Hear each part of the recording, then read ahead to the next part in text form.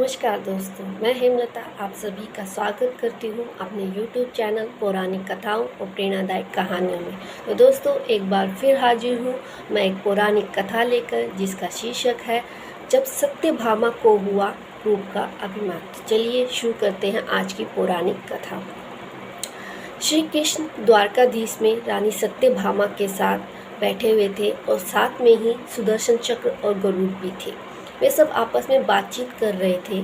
तो बातों ही बातों में रानी सत्यभामा ने श्री कृष्ण से कहा कि हे प्रभु, जब आपने त्रेता युग में श्री राम के रूप में जन्म लिया था, तब सीता आपकी पत्नी थी।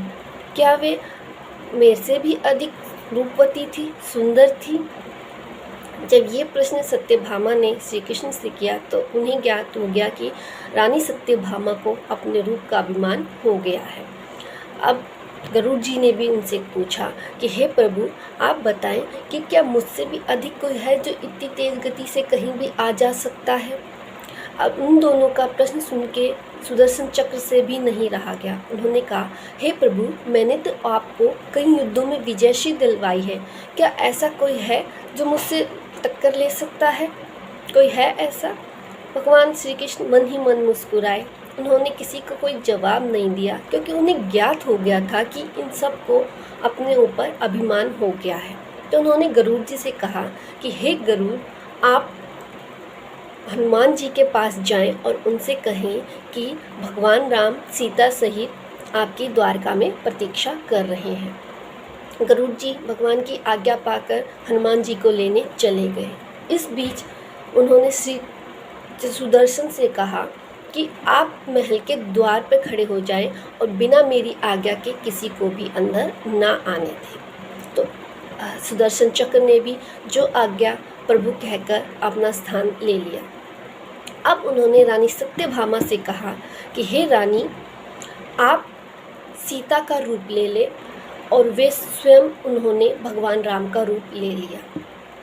अब जब वहाँ पे गरुड़ जी हनुमान जी के पास पहुँचे तो उन्होंने कहा कि हे वानर श्रेष्ठ, प्रभु राम माता सहित आपसे द्वारका में मिलने के इच्छुक हैं, कृपया आप मेरे साथ चलें।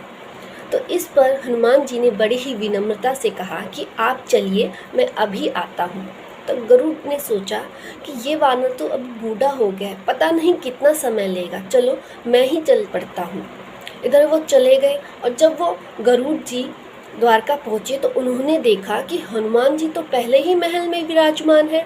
उनको वहाँ देखकर उनका जो अभिमान था अपने ऊपर, वो टूट गया। अब वहाँ पर कृष्ण ने, जो कि भगवान राम का रूप धारण किए हुए थे, हनुमान जी से पूछा कि हनुमान, आपको किसी ने प्रवेश करने से रोका नहीं क्या?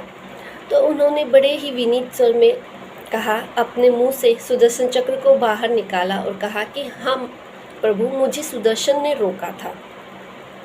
अब बारी थी सुदर्शन चक्र के अभिमान के टूटने की। उनकी आंखों में भी लज्जा के आंसू थे।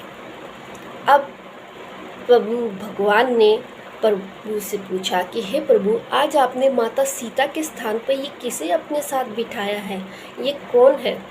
अब रानी सत्यभामा के अभिमान की टूटने की बारी थी और वो तीनों ही बहुत लज्जित हुए और श्री कृष्ण के पैरों में गिर पड़े। तो देखा दोस्तों आपने कि किस प्रकार प्रभु ने अपनी लीला रचकर अपने ही एक भक्त के द्वारा अपने 3 भक्तों का अभिमान नष्ट करा दिया।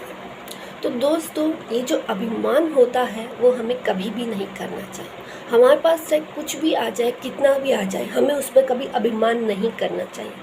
अभिमान से अहंकार जन्म लेता है, अहंकार से बुद्धि नष्ट होती है, और जब बुद्धि नष्ट हो जाती है तो कुछ भी सही नहीं रहता।